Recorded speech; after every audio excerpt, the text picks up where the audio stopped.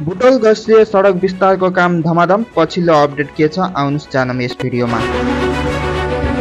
बुटोल गस्सिए सडक खण्ड विस्तारको काम धमाधम भइरहेको छ। सडक विस्तारका लागि सम्झौता भएको झन्डै 3 महिनामा 6% भौतिक र झन्डै 2.5% आर्थिक प्रगति देखिएको छ। आयोजना प्रमुख इन्जिनियर कुलसत्ता न्युपानेका अनुसार 3 महिनामा सडक किनारका 7100 बढी रुख कटान, विद्युत पोल स्थानान्तरणको काम सकिएर अहिले सडक विस्तारका लागि पुल, कल्भर्ट निर्माण र वालको काम धमाधम भइरहेको छ। आयोजना अन्तर्गत 30वटा पुल निर्माण गर्नुपर्ने छ।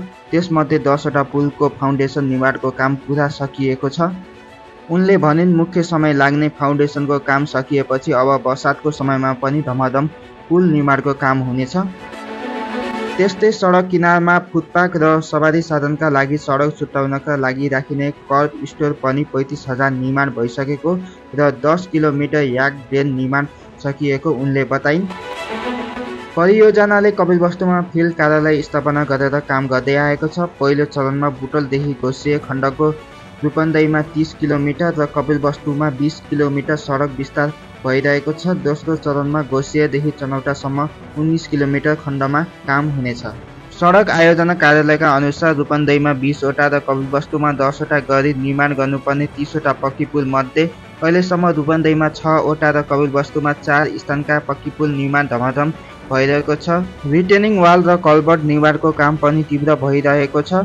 149 कल्भर्ट र 6वटा अन्डरपास ओभरपास निर्माण हुनेछ। यो सडक सहरी क्षेत्रमा 50, सहर उन्मुख क्षेत्रमा 37 र जङ्गल क्षेत्रमा 24 मिटर चौडाइ बन्नेछ।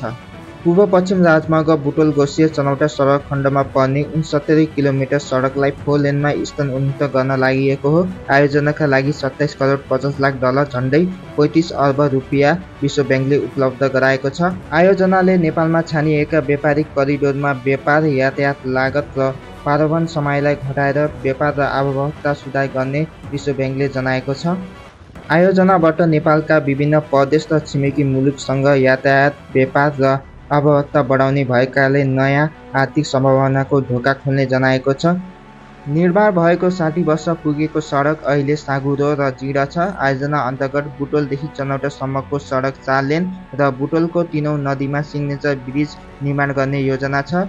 2 लेनमा रहेको पूर्व पश्चिम राजमार्गलाई अहिले विभिन्न खण्ड गरी धमाधम उन्नति गर्ने काम भइरहेको छ, जसका कारण भारतको पश्चिम बन्दरगाहसम्म नेपालको पहुँच सहज हुनेछ।